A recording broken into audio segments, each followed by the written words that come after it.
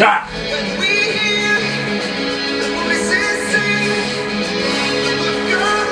Oh wait, sorry I didn't see you guys there. I'm sorry, I'm embarrassed. Welcome to episode 16.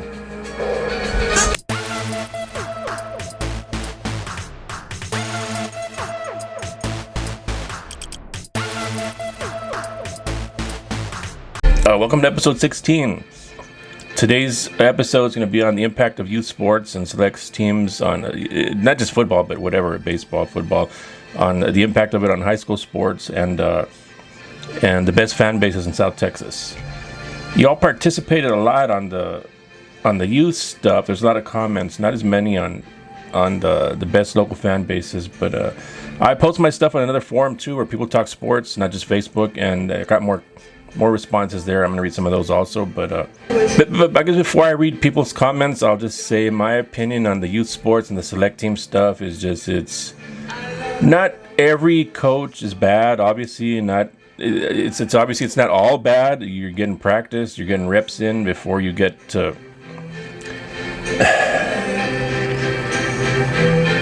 but we've all seen all the videos. We've all been to youth games. We've seen how coaches act. They're wannabes, most of them. Not all of them. Like if you're getting offended at what I'm saying, then you're one of them. You are. You just are. You're one of the ones that does it wrong.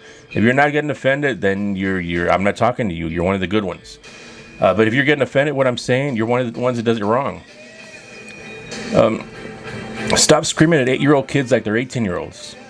You know, stop trying to live through kids. If you're a coach that's coaching youth sports, that select stuff or whatever, you're doing it for the wrong reasons, and you know you are, and you're getting offended right now while I'm talking.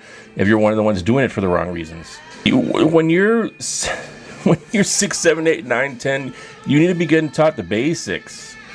The basics, not. I mean, the kids that small have no business running spread offenses and crap like that, or getting. I'm not saying kids that win shouldn't get rewards, but all this bling that y'all are giving them, these Super Bowl rings bigger than the ones Tom Brady has, it's fucking ridiculous, man. It's maybe if it was on its own, it wouldn't be ridiculous, but it all adds up, you know. It's the Super Bowl rings that are this big, and the uniforms they wear that are better than, I mean, it's just ridiculous, man. That looks like they were designed by a pimp. It's just all the extra swag they wear. What are you doing wearing swag when you're fucking 8, 9, 10 years old? That's not the kids doing it on their own. That's the fucking parents. Like, I want my kid to look cool. I want to be able to post something cool on Instagram. I mean, stop it, man, because you're ruining the high school game. Those of you that do crap like that, you're ruining the high school game. Like how does stuff like that ruin the high school game? How does that translate? Well, because once you get to the high school, it's still, that's what they're used to. They play their own entire youth all these years, and then the ones that do it year round, with the swag already from the time they're 6, 7, 8 years old, the bling and the swag, and drinking out of fake champagne glasses, and then these super huge Super Bowl rings. They're just. It carries over to it develops. It's part of their personality once they get to the high school, and that's why the high school level. Just my opinion, like I said, is that you see it all at the high school level now, where that just seems to be what a lot of kids care about more than about the team and winning the game. That's just my opinion. Once again, before anyone gets offended, this is just my opinion. I'm one person. Who the fuck am I, right? Dude, it's weird, man. I mean, 8-year-old, 9-year-old, 10-year-old kids have no business with fucking visors on their helmet. And not just visors, but visors that have fucking shit drawn on them and shit. I mean, just fucking stop it, man. You're doing it for the wrong reason. You think you look cool, you think your kid looks cool. It looks fucking stupid is what it does. It looks stupid, and it sends the message that you're one of the ones doing it for the wrong reasons. Kids that young at the youth age, they should be getting taught teamwork and basics. Teamwork and basics. Those are the two things they should be getting taught. If you're going to take on the responsibility of getting these kids when they're at their youngest, 6, 7, 8 years old, you need to do research. You need to educate yourself on the proper techniques, proper basics, and you need to do it right, or just don't do it, because you're not helping. Maybe you're trying to help. I'm not trying to say all the youth coaches don't know what they're doing. Maybe some of you have the right intentions, but you're not helping if you're not researching the proper techniques and the proper basics to be teaching kids that are that young. I'll get more into my view on it later, but I want to start, because there was a lot of comments on this one on Facebook. I shared it to to a youth page, Southern Elite Conference, what I was going to make this episode about, and we got some comments. Just so it's clear exactly what I posted and what I shared to some of the youth pages. I'll read what I said and post it on there. It's my next the STXB show episode is going to be on youth sports and select teams and how the coaches and parents are ruining the high school game. Let me know your thoughts, please, and I'll mention them. Or if you think I'm wrong and they aren't ruining sports, then let me know and I'll mention your perspective also. The first response was Cookie Rosales, who Cookie runs youth sports in Alice. I don't know exactly how it goes, but he has something to do with youth sports in Alice. He made 4 different points on his response. Number 1 was youth coaches or volunteers. Most of these men are doing it for love of the game and who want to give back to their communities. As he says, the volunteer coaches are very unappreciated and are a dying breed because most of them don't want to deal with a new generation of parents. This is some of the rest of my point too. I agree with that. I mean, it's the parents are assholes too. Let your kids have fun, man. I mean, wait until they're at the varsity level to start getting really into it. When they're at the youth level, let them have some fucking fun, man. I mean, they're not screaming at kids, screaming at coaches, screaming at the referees that do it at that level. It's just that you look stupid. How do you not realize how stupid you look? The second comment he made was this new generation of parents that plays the blame game. It's a teacher's fault or it's a coach's fault, never their child's fault. That's facts, man. I mean, it's so different than when I was in school, and that's because my parents are teachers. But back then, if you got in trouble at school, you got in trouble with the parents too. Now it's different. If you get in trouble at school, the parents go crying to the school that, no, my little Johnny, there's no way, he did this, he did that. Let me start over. He put this new generation of parents plays a blame game. It's a teacher's fault or it's a coach's fault, never their child's fault. It's facts, man. I mean, stop it, dude. You're raising little wussies, man. You're raising little wussies. Stop it. And then most of you are probably about my age, maybe a little bit younger, and so you should know how it was back when we were in school. And stop, man. Stop.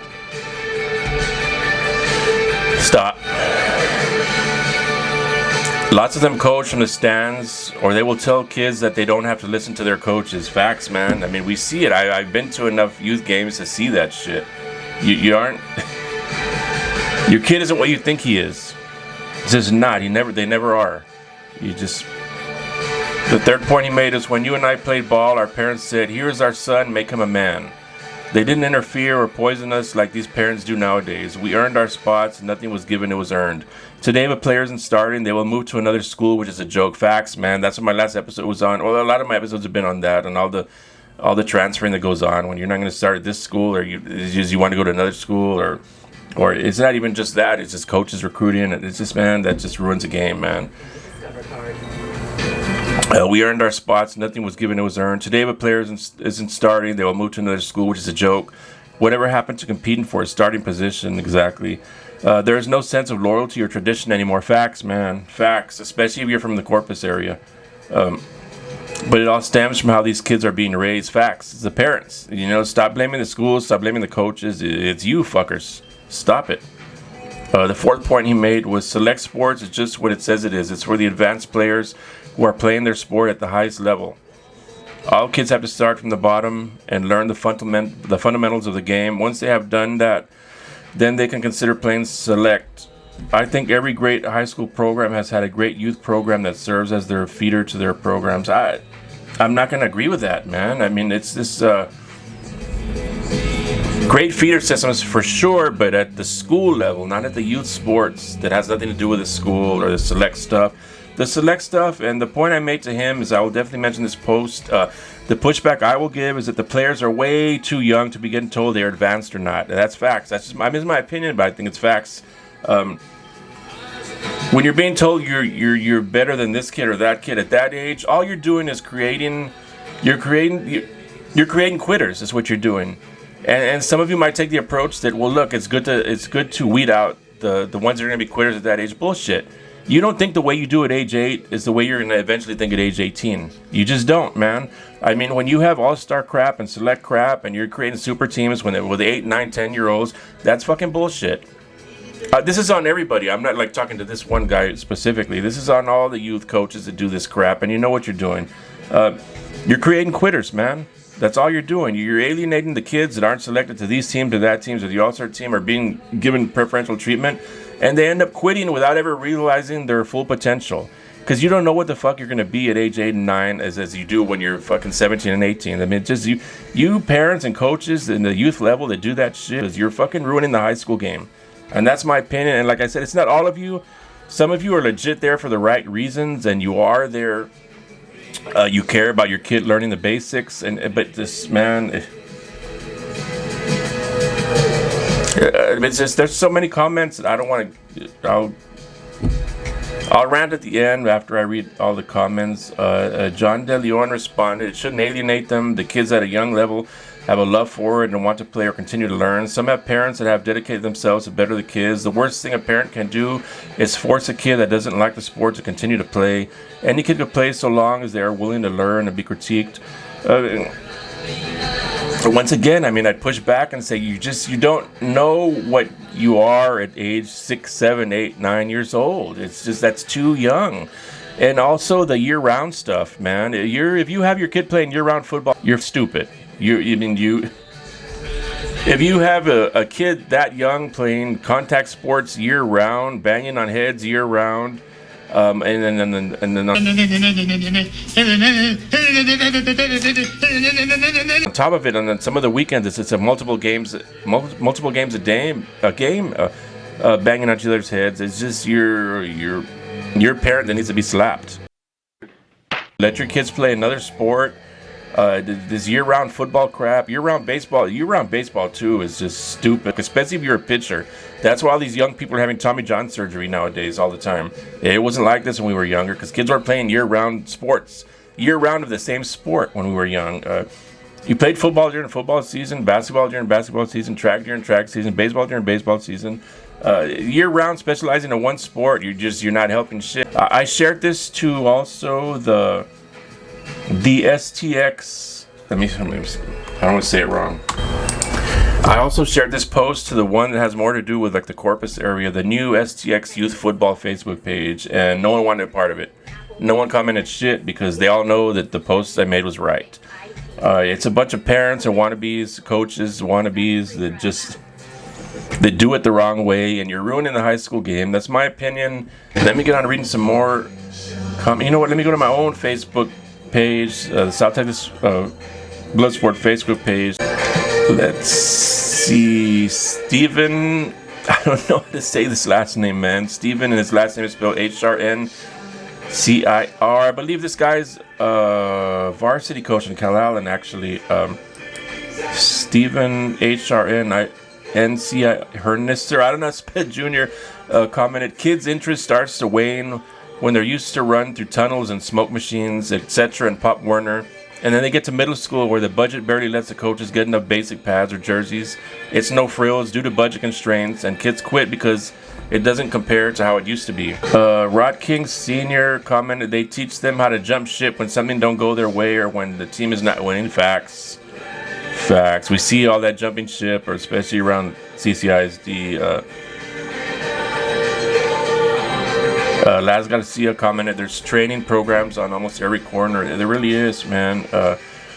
Marisa Paredes commented, "I was just talking about this with my husband, but in regards to what it's doing to the little leagues. Before select teams were considered the best of that age group. Now it's whoever can afford it." Facts. Randall Ariola replied to me saying, "How are select teams ruining high school ball?" My response was, "All these youth teams are being coached by wannabe real coaches who care more about winning and uniform swag and trophies than they do about teaching the kids the basics." Facts. Watching youth coaches yell at 10-year-old kids like they're seniors playing in the state championship is sad to watch. Facts. How many kids quit because of this? Facts. That's the main thing with me, is why I hate this shit. The way youth sports are being run. How many of these kids end up quitting before they ever get to realize their full potential because they're just turned off by the way all these wannabe youth coaches are running the game? Kids that have years before they ever even realize their potential, having their life memories cut short by wannabe coaches who are coaching for the wrong reasons. And the parents too. I shouldn't put it on the coaches. Randall's response was, "Yeah, however, you're not giving enough credit to the certain coach, the certain select organizations and coaches that do it the right way. He said, I can vouch for South Texas Bone Crushers that my son advanced more being a part of the culture and coaching we do over there. If he says that's the way it is with South Texas Bone Crushers, I'll listen, man. I don't have nothing to do with South Texas Bone Crushers, so I'll take your word for it. He says, and yes, there is some ass chewing that goes on, but exposing them to this top-notch competition will prepare them more for middle school ball. No, you're not supposed to be getting prepared for middle school ball. You're supposed to be getting prepared for varsity ball. Middle school ball still don't count also. It's still just learning experiences, and you should still be getting taught the basics, not screamed at like you're fucking 18-year-olds. That's where I'll push back on that one. It's just, that's not facts, man. High school's where it counts, not middle school. Most of the kids that play select are about that life and work beyond just those practice days. That's where a lot of kids and parents fall off because they're not willing to put in extra work to improve their game. And some of these other kids do almost, if not daily. That's another, I just don't agree with that, man. And my response to that was, maybe it's not that they're not willing to put in extra work, but rather that they recognize year-round football is stupid. It's ridiculous, and it is. It's ridiculous. If you play year-round football with youth kids, it's ridiculous, man. Jason Almaraz commented, this is another long one. It's hard to read the long ones because I don't want this to go too long, but Jason Almaraz commented, I personally haven't witnessed it ruin our high school program. I'm not sure who his high school program is, but what I have witnessed is crushed dreams because of Facebook and other social media outlets. Parents, including myself, post our kids' touchdowns, hard hits, and other badass shit that they do. We then give a false sense of studness. LOL, I just made that word up. You made it up, dude. Go coin that shit. Then when they get to middle school and high school, the kid, parent, coach, and community, small towns, have this expectation that a player is fucking badass. By then, most other kids have caught up in size, speed, strength, because let's face it, your peewee kid was probably a stud because he was bigger and faster than the others. That happened, it's facts at the time. It happens a lot around here, man. The kid then gets used to being a badass without really having to work for it and gets discouraged when it doesn't come easy anymore and it is getting outworked by the kids that were late bloomers. Facts, man. That's my whole point of all this, is the late bloomers. Yeah, you don't know what the fuck a kid's gonna be when he's 8, 9, 10 years old, man. And so treating them like shit at that age, screaming at them, you're just causing kids to quit before they realize their full potential, and you can suck a dick if you're one of the ones that does that. Adrian Silguero responded to that. This true is happening to my boy. Now he realizes it takes hard work to stay on top. Let me look for another one. Daniel, Big Dan, Adam. This is another long one, man. It's hard to read all these long ones. But Daniel, Big Dan, Adamus responded, my 11-year-old daughter plays softball and she loves the sport. I've tried to put her in other sports, but she has no interest in anything but softball. See, if that's the case, it's understood. I have her on a travel team who practices twice a week. Let it be known there's a difference between a select team and a travel team. The travel team is all about getting better at her sport, and the select team is all about trophies and rings. Every kid is different. If they really love the sport, then support them 100%. Yes, I don't care if she ever gets a call from a D1 college, as long as she has a passion for the game. If she ever says she doesn't want to play anymore, I'll support her decision. Remember, there will always be kids, teens that are bigger, faster, and more talented in other sports on the state, nation. I don't push my kid pushes me. See, that's the right way to do it. You know, I'll agree with this guy, Daniel Big Dan Adamus. That's the right way to do it. Unfortunately, most of the parents don't do that. They're there for the wrong reasons. They're there for the pictures they get to post with the big rings and the swag, and my kid did this and my kid did that. And you should be proud of your kid. You know what you're doing, some of you. Shane Zolikoffer, I don't know if I'm saying this right, man. This is like Zalikanafis or some shit. Just look at all the Tommy John issues with these kids these days. Every sport is supposed to have one season for a reason. How about I just go eat some hay? I can make things out of clay and lay by the bay. I just may. What do you say? And playing baseball and pitching 12 months a year is no bueno, especially when the kid's still physically developing. Facts. And you need to stop it because you're just ruining your kid is all you're doing. You think you're doing good, but if you're not going to do research and look into all this stuff and just throw your kid out there because you think more is better, you're doing it wrong. Jose Acevedo put, year-round contact is bad. Facts. As for youth sports or in high school sports, I disagree.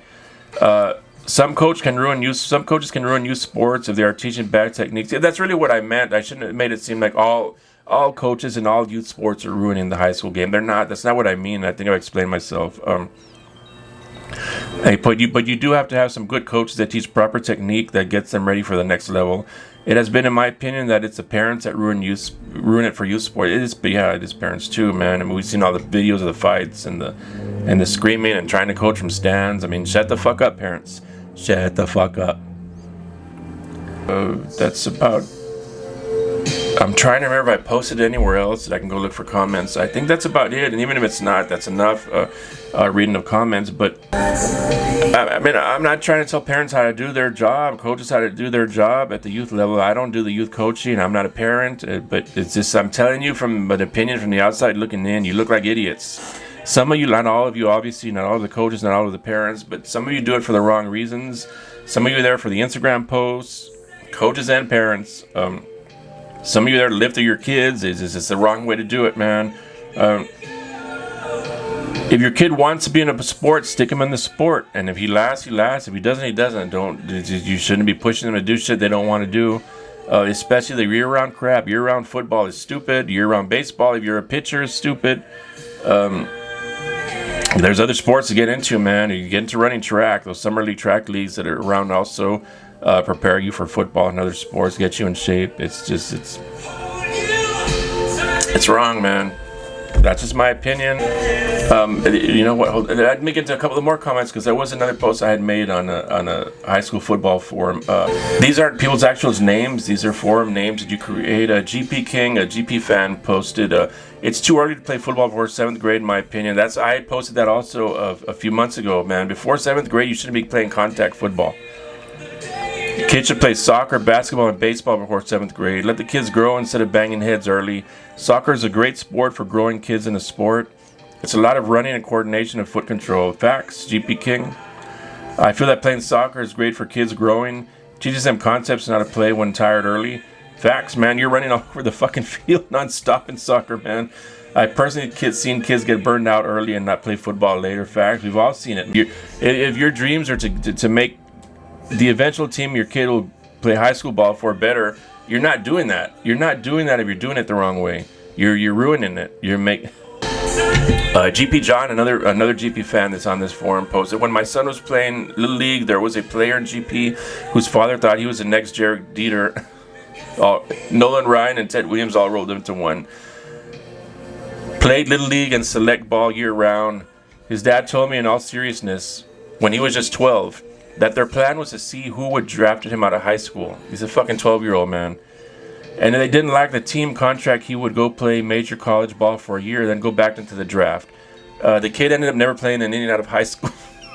I'm not gonna. There's no names mentioned, so I'm gonna laugh because it is ridiculous. Not the kid that he didn't end up being that good, but the parents. The parent was raising them that way. I mean, he put, yes, a lot of select leagues players do get better, mostly because they play more. But in reality, the select leaguers are all about selecting parents who will pay to get their kids playing time. Facts. And the coaches, some not all, fill them with crap about scouts will be at the game, and this is a showcase tournament. Facts, man. It burns the kids out, man. GP King says it burns the kids out. Football shouldn't be playing until 7th grade. Facts. Kyle Allen fan on this forum commented, Pico de Gallo is his name, the name he goes by from Kyle Allen. He said, you can probably find the story over and over at other schools around here too. Played out exactly like you noted. I would add that many of the select leagues are also about making money. Facts. So the idea that it's just they're volunteers for the community, stop it, man. They're about making money, and thus they tell parents what they want to hear instead of what they need to hear. Sadly, what they should have heard doesn't hit until high school, after many of them gave up other sports and then either accept they are going to see little action on the field and just go for the ride, or they give up baseball and don't even bother in giving a second sport another chance. Yeah, it happens a lot with baseball, man. Just the chances your kids end up in the MLB they're not great. Like I said, you shouldn't not have that goal, but be realistic about it. He said, this is exactly why discouraging young kids, especially in middle school, to go baseball only is foolish, for lack of a better word. The select thing has had a negative impact on youth baseball and participation in general, especially in poor and inner city areas. When one of mine was starting his days over at the Oil Belt in the mid to late 2000s, the select league thing was starting to get its legs around the area to where it wasn't becoming very select at all. Used to tick me off when our games would get canceled due to not being able to field a full 9 because a few kids chose to play on their select team that Saturday rather than the league team. That is 100% on the parents. And let's not forget about all these Tommy John issues these kids are having today. Anyway, that's enough for the youth stuff. We've gone hard enough on them already. And then I wanted part of this episode to be on the best local fan bases also. So I at least want to read off some of those comments. It won't be as long as the youth stuff because not as many people participated. But I will read off some of the comments. And this is on another forum, not on Facebook. Some Corpus Christi Veterans Memorial fan posted that the top 4 locally are Flower Bluff number 1, Corpus Christi Vets number 2.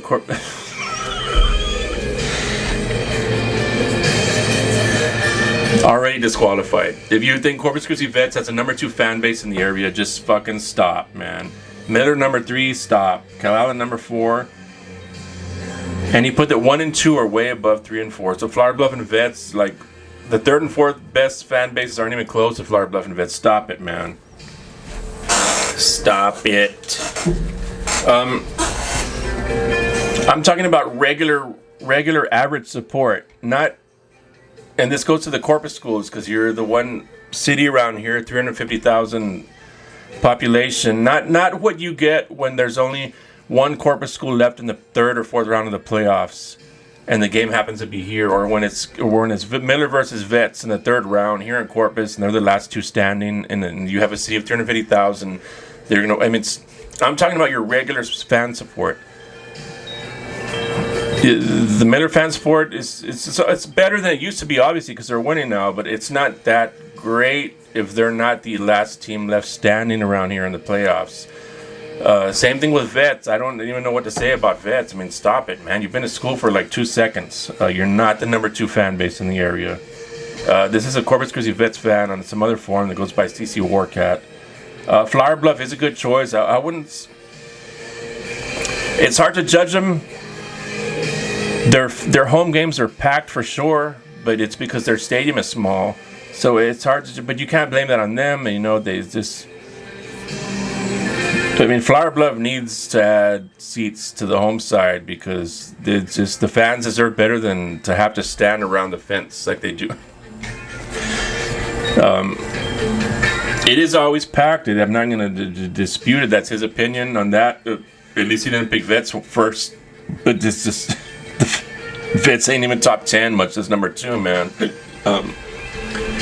Flower Bluff, I'm going to argue it, man. That's not my choice for number 1, but I'm not going to argue it. Their home games are always packed on their side. They do need to do something about adding more seats to the home side because their fans are actually supporting them, and then to have to tell them, well, you got to stand up around the fence because we don't have enough seats. That's just, you should have done that. You should have added more seats before you put a new concession stand and got all that new scoreboard and all that stuff, new turf.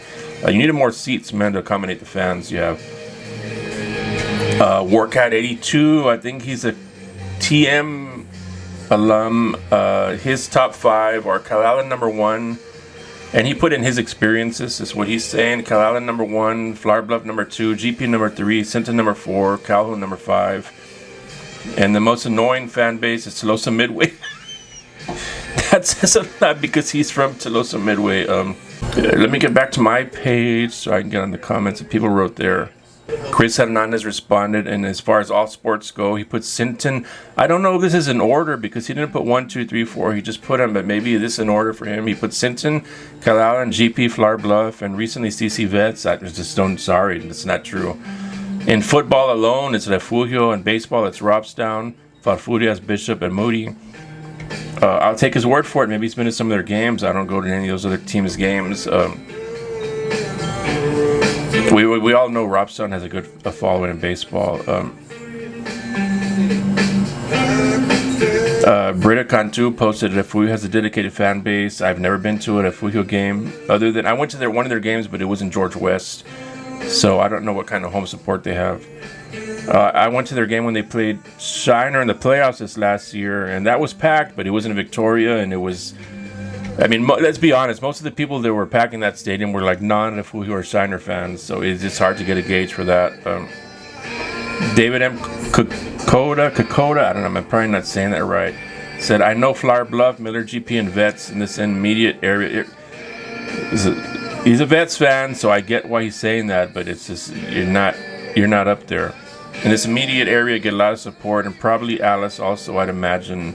I gotta push back on my alma mater, man. They don't support the way they used to. The games are half empty every Friday. Man, you all aren't showing up to the games anymore. It's embarrassing, man. I grew up watching those games packed. Even when Alice wasn't winning, the stadium was packed. Both sides and the end zones were always packed. It didn't matter what their record was. It didn't matter who they were playing. Now it doesn't matter, man. That stadium is half empty in Alice every fucking Friday, man. It's embarrassing. It's embarrassing, Alice. You got to do better than that, man. Those kids that you want them to get back to the winning tradition and the way things used to be in Alice, but for what? Who are they playing for? You don't go to the games. You count on seeing something on Real Sports or someone streaming it online, and you're not showing up to the games. And show more support, because those kids and coaching staff deserve better support than you're giving them. You're not doing it the way you used to do it in the Watley eras, the Bush eras, the Henderson eras, the Boyd eras. You're not what you used to be, Alice people. And so you're not making this list for. You're not even top 10 anymore, much as number 1 like you used to be. There used to be no question for this. There was for decades and decades and decades. Alice was easily number 1 in this with the fan support, and now you're not even top 10. That's just facts. Aaron Sidghetto posted, Hebbernville has always had an awesome fan base, whether the teams are good or bad. They're always supporting their Longhorns. I want to do a Hebbernville game this year because I haven't done one, and a lot of people say good things about their fan support. Those are the kind of games I like to be at, the little school, small town games. I did an Orange Grove. What is the Orange Grove game I did this last year? I don't remember who I did. I don't know, but those small town games, they're fun to do, man. I think I did a game in Farfurias once, in Banquete. Those are my favorite, man. I did one in Three Rivers. I love the Three Rivers area. It was a fun experience. Juan Vasquez commented, Calhoun GP. Man, I've never been to a Calhoun game. I don't even think I've seen pictures or videos of the stands at Calhoun what kind of fan support they get. I know they got that new they renovated their stadium and have a lot more seating than they used to have. That's not a lot of people comment on this one. So let me go to the other forum where people commented more on it. The best local fan bases. Well, that's where I was already at, and there wasn't a lot of participation with this one.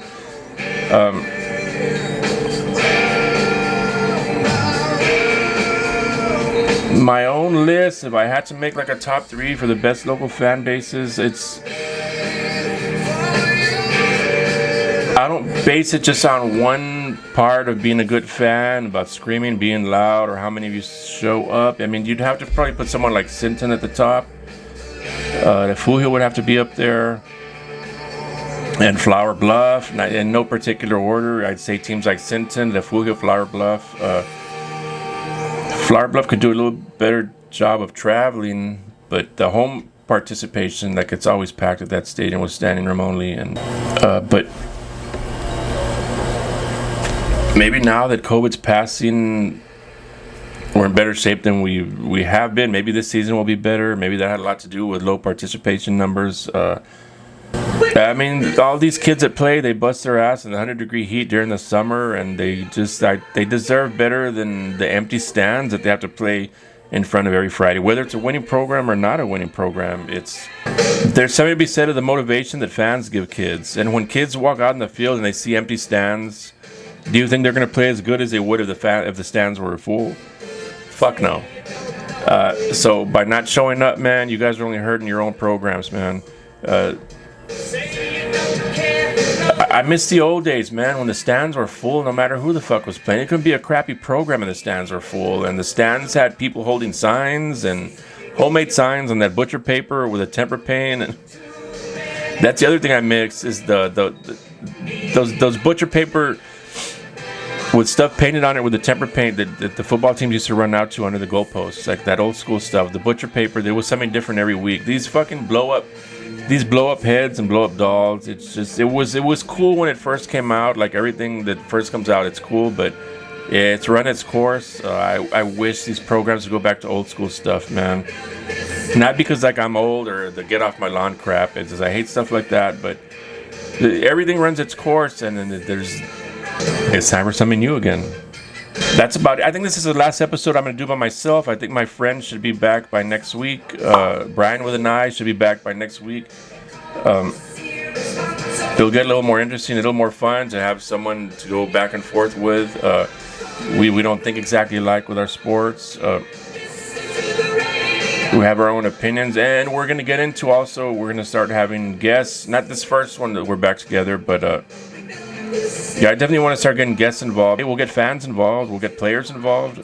Probably the best way to do it anyway would be to get other fans involved, other fan bases involved. You know, doing this here by myself, I only have this one mic because I'm just here at a little desk by myself. But when we start doing it with my friend again, probably next week, is where I had all my equipment. We got like 4 of these mics and a lot bigger space, and so that's when, after the first episode, we get back together. We'll probably start getting people involved. I'll start posting on my page about, and his page too. He's part of this also.